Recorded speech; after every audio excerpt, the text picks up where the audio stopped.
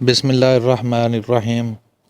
عزیز سامعین اکرام، السلام علیکم ورحمۃ اللہ۔ قرآن اعمال کے سلسلے میں آج کا ہمارا موضوع ہے سبحان اللہ کی فضیلت قرآن اور حدیث کی روشنی میں۔ عزیز دوستو، صبح و شام 100 مرتبہ سبحان اللہ کہنے والا قیامت کے روز سب سے افضل کلمات لائے گا۔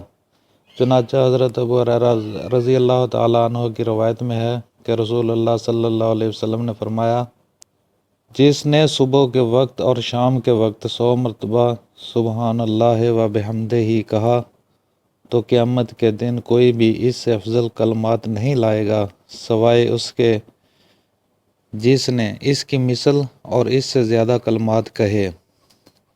سبحان اللہ کے معنی ہے اللہ پاک ہے۔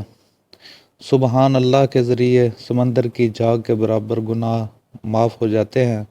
چنانچہ حضرت ابو ہریرہ رضی اللہ تعالیٰ عنہ سے روایت ہے کہ رسول اللہ صلی اللہ علیہ وسلم نے فرمایا، جس نے 100 مرتبہ سبحان اللہ و بحمدہ ہی کہا اس کے گناہ مٹا دیے جاتے ہیں، اگرچہ سمندر کی جھاگ کے برابر ہی کیوں نہ ہوں۔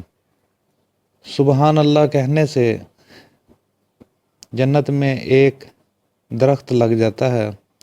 چنانچہ فرمان نبوی ہے کہ جس نے کہا سبحان اللہ العظیم و بحمدہ، اس کے لیے جنت میں کھجور کا ایک درخت لگا دیا جاتا ہے۔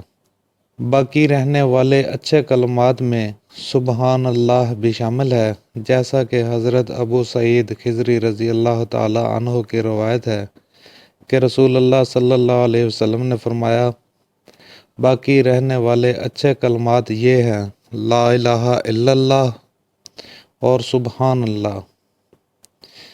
ایک اور روایت میں ہے کہ 4 کلمات اللہ کو بہت پسند ہیں، ان میں سے ایک سبحان اللہ ہے۔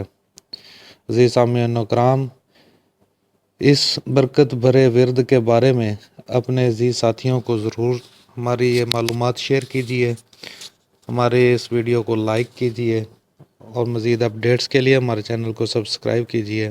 السلام علیکم ورحمۃ اللہ۔